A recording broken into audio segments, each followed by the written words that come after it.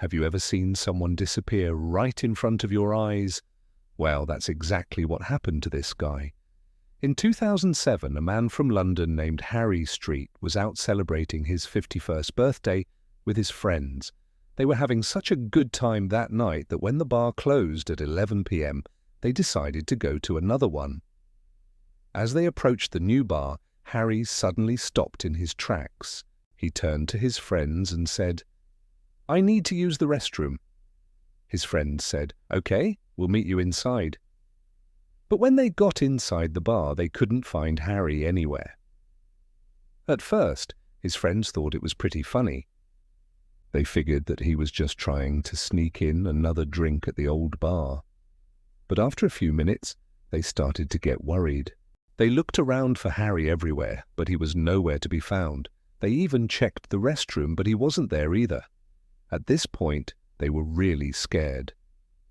They all went outside to look for him, but there was no sign of Harry. They called his name as loud as they could, but he didn't answer. It was as if he had vanished into thin air.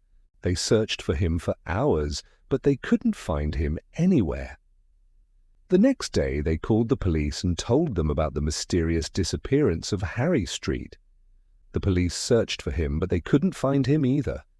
It was as if he had disappeared off the face of the earth. Now here's the thing, Harry's friends knew that he had a history of disappearing for days at a time. In fact, he had done it so many times that they had even made a joke about it. They had said that if Harry ever disappeared again, they would give up looking for him. And unfortunately, that's exactly what they did. As you can imagine, Harry's family was devastated. They never gave up hope that he would be found. But sadly, his friends did.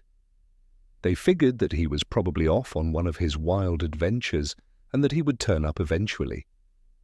But they never told the police this.